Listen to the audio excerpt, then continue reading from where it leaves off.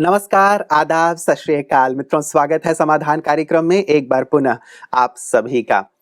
यदि हम किसी संत महात्मा को ध्यान की अवस्था में देखते हैं तो कितना अच्छा लगता है, उनके चेहरे पे एक रौनक सी होती है और ऐसा लगता है कि शायद ये एक ऐसा आनंद प्राप्त कर रहे हैं जो आनंद संसार की चीजें इन्हें प्रदान नहीं कर सकती। ऐसा उनके चेहरे पे एक आनंद और एक चमक, एक रौनक, एक तेज सी होती है और साथ ही ऐसा भी लगता है कि शायद ये किसी ऐसे व्यक्ति से अर्थात परमात्मा से बात कर रहे हैं जिनके द्वारा इन्हें अनंत ऊर्जा, शक्ति और साथ ही साथ अतीन्द्रिय सुख प्राप्त हो रहा है। इसीलिए भी शायद उनके चेहरे पे ऐसी एक चमक रहती है। इसीलिए शायद किसी कवि ने बहुत अच्छी बात कही है कि हम बाहर ना तलाश करें, अंदर देखें, अपने अंदर जाएं तो हमें वो सब कुछ प्राप्त हो जाएगा जिसकी हमें तलाश है। कस्तूरी मृग की बात भी प्रख्यात है कि वो उस खुशबू को बाहर ढूंढने की कोशिश करती रहती है जो खुशबू उसके अपने ही अंदर है। अंतर की यात्रा राजयोग के माध्यम से लगातार हम कर रहे हैं और उस परम सत्य से भी जुड़ने का प्रयास कर रहे हैं जिससे हमें परम आनंद प्राप्त होता है, साथ ही जीवन में खुशहाली और समाधान भी मिलता है। आइए अपनी चर्चा को भ्राता जी के साथ आगे बढ़ाते हैं। अभिनंदन करते हैं उनका आज की इस कड़ी में। भ्राता जी, बहुत बहुत स्वागत और अभिनंदन है। Thank you. भ्राता जी, ये वाली जो एक बात है, हम किसी संत महात्मा को देखते हैं तो वो आनंद मग्न अवस्था में रहते हैं, तो कई बार इच्छा होती है कि हम भी ऐसी साधना में बैठ जाएं और उसी आनंद को प्राप्त करें, लेकिन शायद उतने लंबे समय तक तो हमारी बैठक नहीं हो पाएगी। थोड़ी समय भी बैठ के वैसा ही आनंद प्राप्त किया जा सकता है। बिल्कुल किया जा सकता है, क्योंकि आत्मा मूल रूप में आनंद स्वरूप है और जब आत्मा अपने स्वरूप में स्थित हो जाती है, जब वो अपने कर्मेंद्रियों के रसों को चारों ओर से समेट लेती है और यहाँ पर आ जाती है जी, एकाग्र, तो ये परम शांति, परम आनंद की स्थिति प्राप्त होती है जो वाइब्रेशंस के रूप में फैलने लगती है। तो चेहरे पर तेज और दिव्यता और एक गहरी शांति छा जाती है। तो हर कोई कर सकता है, केवल थोड़े से ज्ञान योग की आवश्यकता है, थोड़े से अभ्यास की आवश्यकता है। बिल्कुल भ्राता जी, आप योग के जो अनेक प्रयोग करा रहे हैं सभी को, तो लोगों की रुचि भी बढ़ती जा रही है और वैसा ही एक प्रश्न हमारे पास आया है जयपुर से हर्षवर्धन राठौर जी का, और ये कहते हैं कि योग के प्रयोग अनेक लोग जहां तहां कर रहे हैं, इसमें सभी की रुचि और बढ़ जाए, इसके लिए कोई सुंदर अनुभव बताइए। तो वर्तमान में भ्राता जी जो प्रयोग आपने कराए हों और कुछ विशेष अनुभव आए हों, वो अनुभव हम जानना चाहेंगे। एक अनुभव तो बीमारियों का आया। एक माता मेरे को मिली जी, और कहा मेरे को इतना पेन था बॉडी में और इतनी समस्याएं रहती थी कि मैं कुछ समझ ही नहीं पाती थी कि क्या करूं। दवाई खा खा के भी थक गई थी और मैं पूरी ठीक हुई केवल चार्ज वाटर पीने से। हमें बड़ा आश्चर्य हुआ। चार्ज करके पानी उसने पिया, लेकिन बहुत विश्वास रखा और उससे वो बिल्कुल ठीक हो गई। तो ये बहुत ही अच्छा एक अनुभव था। उसके चेहरे पे अब रौनक आ गई थी। और मैंने पहले भी सुनाया होगा कि एक 7 साल की लड़की को 8 mm का हार्ट में छेद हो गया था।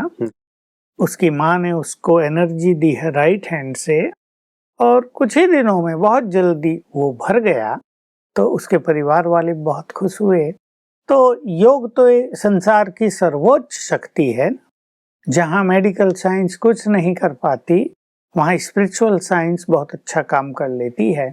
इसलिए जरूरत इस चीज की है कि अपने अंदर योग का बल बढ़ाते चलें, क्योंकि जितना हम योग शक्ति को बढ़ाएंगे उतना ही समस्याओं पर इस शक्ति की विजय होगी।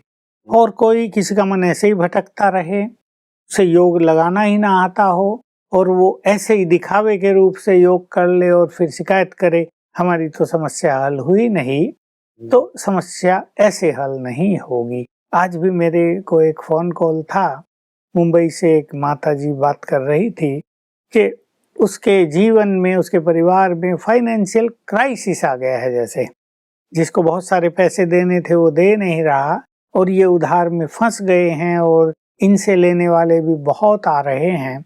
तो मैंने इनको कुछ प्रयोग सिखाए थे। तो आज बताया कि पहला फायदा तो ये हुआ, मेरा चित्त शांत हो गया जो बहुत परेशान था। तो मैंने कहा कि अगर आपका चित्त शांत हो गया तो समस्याएं जल्दी समाप्त हो जाएंगी, क्योंकि मनुष्य के अंदर ही बहुत शक्तियां हैं और वो व्यर्थ संकल्पों में नष्ट होती रहती हैं। अगर हम व्यर्थ से स्वयं को मुक्त कर दें तो हमारी वे शक्तियां समस्याओं को नष्ट करने में लग जाती हैं। और मैंने कुछ उनको विधि सजेस्ट की और कहा और एकाग्रता से करो। उसने कहा 15 दिन तो एकाग्रता से हुआ, लेकिन उसके बाद नहीं हुआ बहुत अच्छा। वो समस्याओं के थॉट्स मुझे बार बार आते रहे। तो ये सच है कि अगर बहुत अच्छी एकाग्रता से मनुष्य प्रयोग करे तो संसार की ऐसी कोई समस्या नहीं जो योग बल से हल न हो पाए। ऐसे कर्ज से डूबे हुए होते हैं कि कर्ज हो गया है या फिर उनके अपने नजदीकी लोगों ने, साझेदारों ने उन्हें धोखा दे दिया है, उसके कारण बहुत ज्यादा आर्थिक तंगी आ गई है परिवार में, तो ये स्थिति बहुतों की बनी रहती है। इसके लिए क्या विशेष योगाभ्यास किया जाए? आजकल ये बात बड़ी कॉमन हो गई है कि जो पार्टनर, साथी, अपने भाई बंधु धोखा बहुत देने लगे। ये आजकल की एक मेजर समस्या बनती जा रही। अच्छा, वो अपने होते हैं, उन पे कोर्ट केस करें। अब कोर्ट केस एक लंबी कार्रवाई, उसमें पैसा भी और चाहिए। जैसे मैंने इस माता को ही कहा, भाई तुम भोग लगवा दो बाबा को 7 बार। तो बेचारी ने कहा अभी तो हमारे पास भोग के लिए पैसा नहीं है, क्या तब लगा सकते हैं जब हमारा ये काम बन जाए? मैंने कहा कोई बात नहीं, आप तभी लगा देना, पर मन में एक सुंदर संकल्प अभी से ये धारण कर लो कि मुझे 7 बार बाबा को भोग लगवाना है। तो मनुष्य की जो ये मेंटेलिटी हो गई है ना कि लेके देना नहीं, ये बहुत बड़ा पाप है। मनुष्य को समझना चाहिए कि कर्म की गति ऐसी है, उसको देना ही पड़ेगा और रोते हुए देना पड़ेगा, कष्ट पाकर देना पड़ेगा।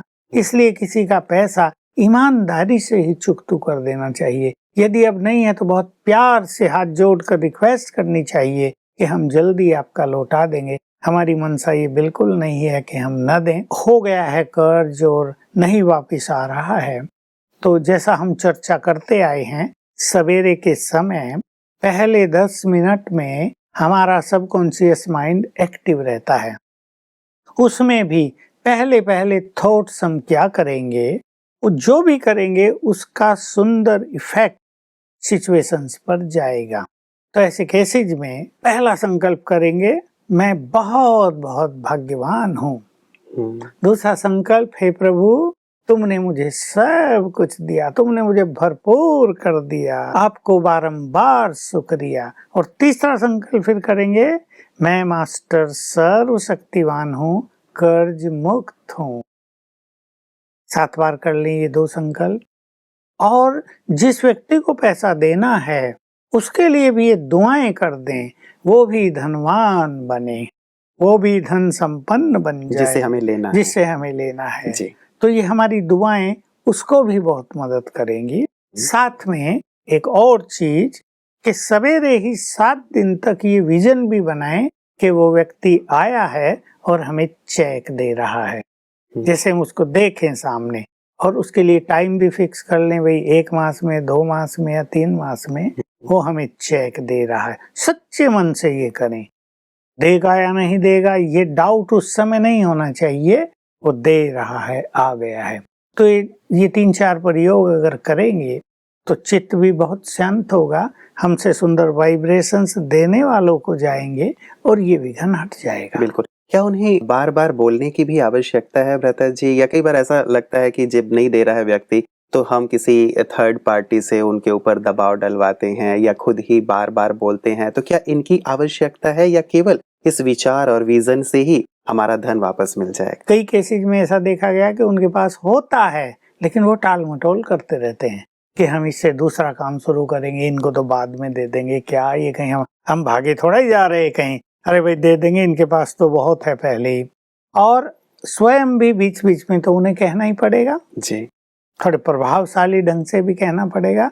ऐसा तो नहीं कि हम बिल्कुल चुप हो जाएं और ये वाइब्रेशंस भी भेजें। तीनों में से जैसी जैसी सिचुएशन हो, जिसकी हम आवश्यकता समझें, वो हमें अवश्य कर लेना चाहिए। बिल्कुल। तो ये प्रक्रिया कितने दिनों तक हम लगातार जारी रखें? 7 दिन तो बहुत इम्पोर्टेंट रूप से, लेकिन सबकॉन्शियस माइंड को जो संकल्प देने की बात है वो 21 दिन अवश्य करनी चाहिए। मैं तो कहता हूँ वो रोज करें जीवन में या बीच बीच में करते ही रहें, तो इससे मन बहुत आनंदित रहेगा, मन एनर्जेटिक रहेगा, पॉजिटिव रहेगा और बहुत चीजें इससे ठीक होती जाएंगी। बिल्कुल। क्या रिसेंटली कोई ऐसा एक्सपीरियंस है भ्राता जी कि किसी ने ऐसा अभ्यास किया हो और उनका धन वापस आ गया? नहीं है, अभी 4-5 दिन पहले एक माता ने अपना अनुभव सुनाया कि हमारा भी ऐसे ही किसी ने पैसा लिया हुआ था और हम पर भी बहुत कर्ज हो गया था क्योंकि वो दे नहीं रहा था, और हमने जब ये प्रयोग किए तो 10-12 दिन करने के बाद ही वो हमारे पास आ गया, बहुत प्यार से क्षमा याचना भी की और हमारे पैसे लौटा कर भी गया। तो ये तो सत्य है कि किसी को छोटे किसी को बड़े इस चीज के अनुभव अवश्य होते रहते हैं। बिल्कुल, ये ऐसा अनुभव हो तो फिर बहुत ही आनंद की स्थिति बन जाती है। कई लोगों का एक प्रश्न रहता है भ्राता जी कि इसमें कि ऐसा जब हमें किसी से व्यवहार में आना हो, धन देने और लेने की बात होती है, व्यापार में कई बार ये करना पड़ता है, कई बार संबंधों के आधार पे ये करना पड़ता है, तो क्या विशेष बात का ध्यान रखें कि ऐसी सिचुएशन ही क्रिएट ना हो कि हमें ये धन की लेन-देन वाली जो स्थिति है, इसके लिए इतनी माथापच्ची करनी पड़े? अब देखिए, एक तो लिखा पढ़ी प्रॉपर होनी चाहिए। संबंधों में क्या होता है कि फ्रेंडली मनुष्य ऐसे ही दे देता है विश्वास क्योंकि करता अपने है, विश्वास जी, करता जी। है। और आज विश्वास का जमाना नहीं है। यद्यपि सभी लोग बुरे नहीं होते, कुछ अच्छे लोग भी संसार में हैं जो ईमानदारी से और बड़े प्यार से और सम्मान से लिया गया धन वापस लौटाते हैं, लेकिन ज्यादातर की मेंटेलिटी ऐसी हो गई है। वो डिले करते हैं, दूसरों को सताते हैं। कईयों का तो धंधा ही बन गया, लेते जाना और देने का नाम नहीं रहना। तो इसमें बहुत धैर्यता से, बहुत शांति से, एक तो लिखा पढ़ी प्रॉपर हो और इतनी संपत्ति न दे दी जाए कि वो हमें ही ले डूबे। कभी कभी लोग ऐसा करते हैं लालचवश। आजकल ये चल रहा है, किसी ने कहा भाई इतना पैसा मुझे दो, इतना मैं लगाता हूँ और ये बड़ा धंधा हम करेंगे, लाखों की आमदनी रोज हो जाएगी। तो लोभ आता है, मन उसको उधार लेके भी दे देता है। ऐसे भी केस सामने आ रहे हैं कि लोन लेके पैसा दे दिया और वो फिर मिलता नहीं, बैंक से ही ले लिया और वो फिर वो तो लेके चंपत हो गया। तो ऐसे में लोभ आदि पर विशेष ध्यान रखना चाहिए। अपना जीवन शांति से चल रहा है, उसे शांति से ही चलने दें। लाखों रोज कमा कर क्या करेंगे? भगवान मिल गया तो हमें इतना नशा और इतनी खुमारी होनी चाहिए कि बहुत सारे धन की अब हमें जरूरत नहीं, हम तो संतोष पूर्वक अपना जीवन व्यतीत करेंगे।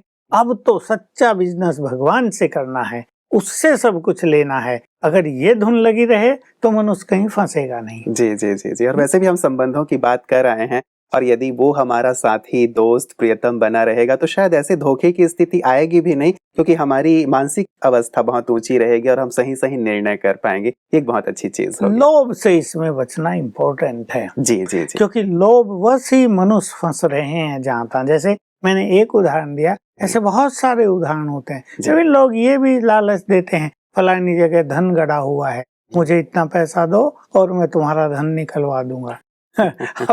अब वो खुद क्यों नहीं निकाल लेता? जंगल में ले जाते हैं, इस पेड़ के इस तरफ 10 फुट इतना सोना चांदी है, जैसे पीछे भी बात हुई थी ना यूपी की, सोना गड़ा हुआ इससे तुम निकाल लो, मुझे पूजा पाठ के लिए 3 लाख चाहिए, उतना दे दो बस, बाकी सब तुम्हारा, चुपचाप कर लेना है काम, किसी को बताना नहीं। तो लोभ में व्यक्ति आ जाता है और भी कर्ज ले लेता है और परेशानियों में डूब जाता है। मतलब संतोष रखे व्यक्ति, और संतोष से यदि जीवन जीता है तो कितना आनंद है। पैसों को खा के क्या करेगा वो। और ये सोना आदि जो गड़ा हुआ है, नो डाउट धरती में बहुत सारी धन संपदा है, लेकिन पराये धन से किसी मनुष्य को कभी सुख नहीं मिलता है।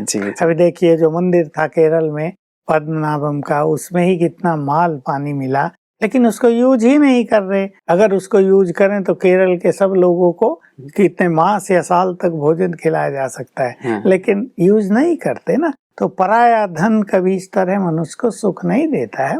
अपनी मेहनत से मनुष्य कमाए, ईमानदारी से खर्च करे, ईमानदारी से जीवन जिए संतुष्टता पूर्वक, उसमें बहुत आनंद है। बिल्कुल, तो ऐसे ही संतोष की आवश्यकता है जो हमें आध्यात्म सिखाता है।